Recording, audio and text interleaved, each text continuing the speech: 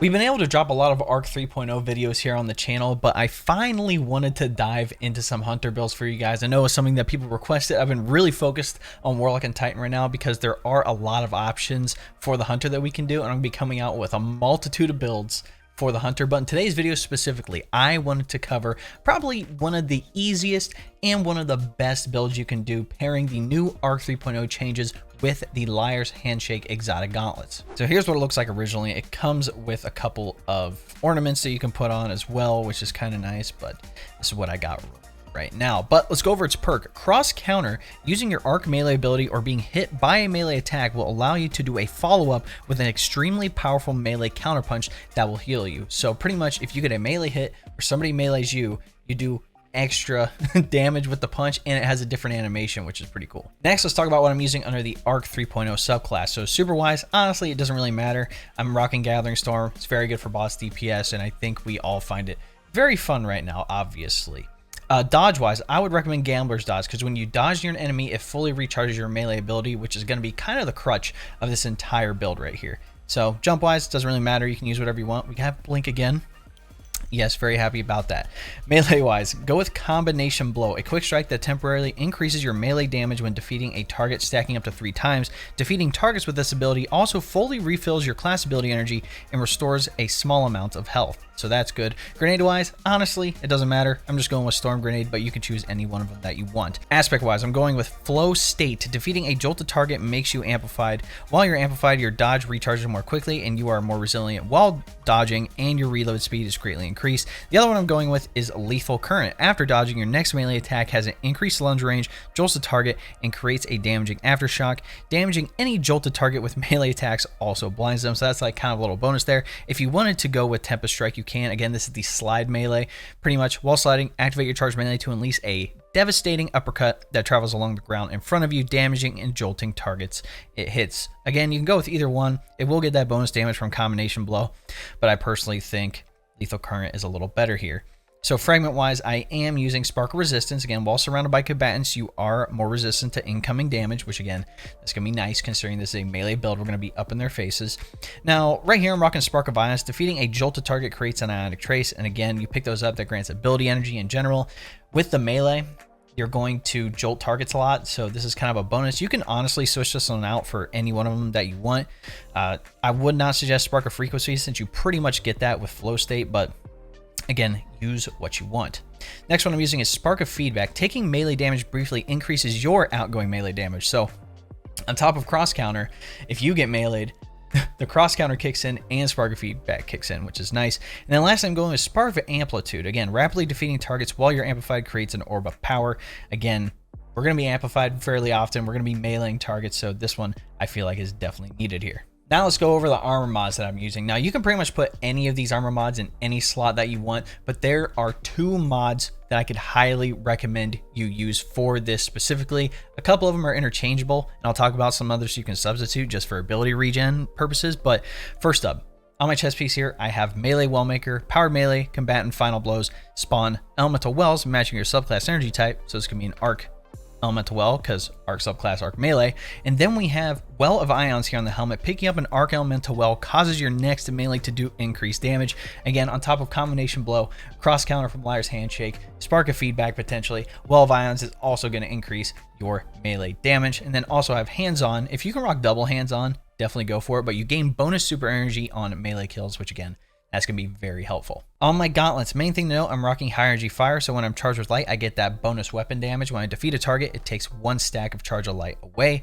And then I'd also look into rocking focusing strike, which grants ability energy when you cause damage with a melee attack. Again, we want that guarantee of having that dodge back, so focusing strike can help here. Now on my boots, main thing to note here is Font of Wisdom. Picking up an elemental well that matches your subclass energy type grants you a temporary significant increase to your intellect, improving the recharge rate of your super. So whatever your intellect is, it bumps it up to 100 for that duration. Now my class item, main thing to note here is Elemental Charge. Again, this is going to pair with high energy fire, but when I pick up that Arc Elemental Well, I'm going to get 2 stacks of Charge of Light because the Elemental Well matches my subclass energy type.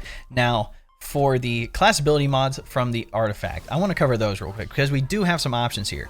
Again, something like Trace Evidence, defeating combatants affected by arc debuff spawns in Ionic Trace. So any jolted targets are going to spawn Ionic Traces, which is going to give us more ability energy back.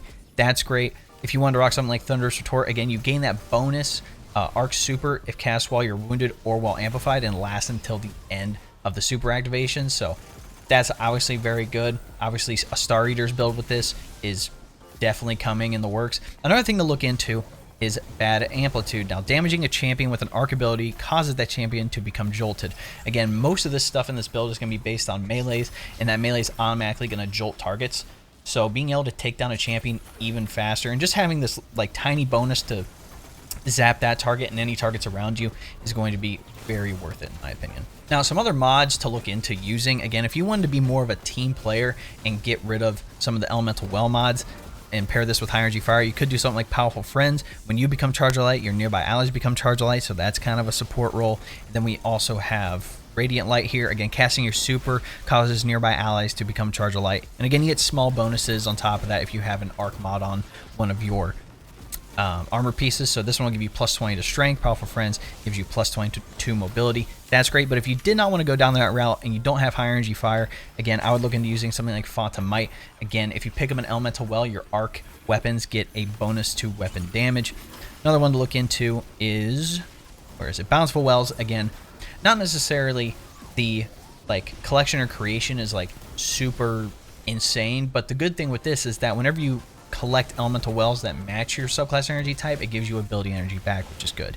If you wanted to extend any time benefits from elemental well mods, elemental time dilation is your guy. So again, if you want a Font of Might or Font of Wisdom to last longer, you can do that as well. This also applies to Well of Ions, which we talked about on the helmet. So you have a couple options here, but like I mentioned, the main ones to know is Melee Wellmaker and Well of Ions. Now, the stats you should focus on is 100% on resilience. Again, if you have 100 resilience, that's a 40% damage reduction in PvE.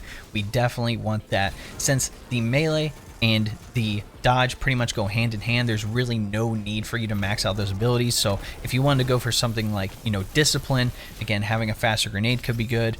There's really no need to do intellect since we have Font of Wisdom. There's really no need for recovery because we're going to get our health back from combination blow and the cross counter perk on Liar's Handshake, so there's really no need for that. Focusing on resilience, like I said, best way to go. Now, weapon options, two of the big ones, one of them obviously being Tractor Cannon. Again, it's perk, Repulsor Force. This weapon emits a powerful impulse that pushes enemies away, suppresses their abilities, and makes them more vulnerable to incoming damage. Then some other perks, Scientific Method, damaging an opponent temporarily increases speed and handling. This one's not important.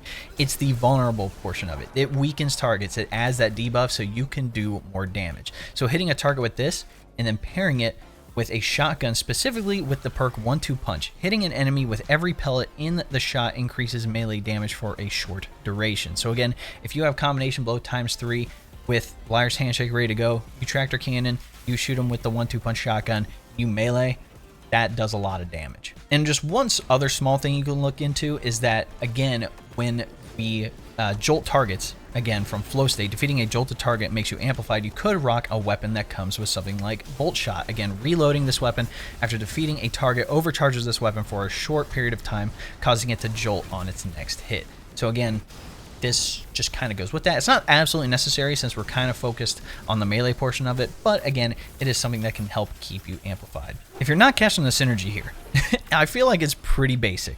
Again, you're going to get a melee kill. That's going to proc combination blow, you dodge near your target, get your melee back. You continue to get melee kills until you get combination blow ×3.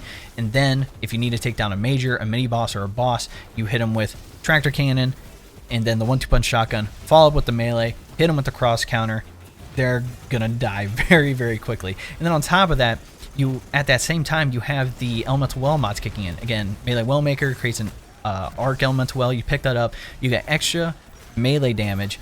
High energy fire kicks in, so your weapons do more damage, and then Font of Wisdom kicks in to where your super energy or super ability cooldown gets maxed out. So pretty much this whole thing is based around you just being able to get melee kills and survive, and with all the benefits of max resilience, the Spark of Resistance, and then also lethal current. Like pretty much everything on here just allows you to survive in melee engagements. In close quarters, you can take out small lads, you can take out, like I said, majors, mini bosses, and bosses very easily. If you can get this on a week where in strikes or catch crash or whatever, where melee damage is increased, you are going to absolutely just destroy everything. All in all, ladies and gentlemen, that is my Arc 3.0 Liar's Handshake build. Again, you can switch out some mods here and there, you can switch out some fragments, but all in all, it's just get melees, tractor cannon, 1-2 punch, boom, all the enemies are done. But in any event, guys, if you like what you saw, again, you can always drop a like on the video, subscribe to the channel, and then turn that bell next to notifications so you don't miss out on another one of these build videos. Again, if you did not know, I am streaming on YouTube now. We moved over from Twitch to YouTube. I think we all know as of recently, Twitch is taking a couple of L's, if you know what I'm saying, and YouTube is just getting W after W after W with allowing creators to, you know, monetize their content before they're even partners, YouTube Shorts, all that great stuff. So we pretty much have everything here on YouTube, from live streams to long form content to short form content. So be sure not to miss out on the live streams, because we are carrying people through the weekly Pinnacle dungeons that are available, and we're also doing King's Fall carries a couple times a week, so be on the lookout for the live streams. If you want to be proactive, be sure to join my Discord. That link will be in the description. That's going to be the best way for us to communicate when it comes to any of these carries. And if you just want to hang out in the Discord, we are talking about, you know, anime, PC tech, and a variety of other topics as well. Lastly, if you didn't know, we hit YouTube Partner recently, which is freaking awesome, and it's giving us access to a lot of great features on YouTube, one of them being memberships. If you don't know what a membership is, it's pretty much like a Twitch subscription. Again, that is up to you if you want to do that, but if you do want to join as a member, you get certain benefits like emotes, the monthly badges, and there's a couple other things in there as well. If you do want to join, all you have to do is press join next to the subscribe button down there. That will give you all the information you need. Anyway, guys, that's the end of the video. Hope to catch you in the next one. Cheers.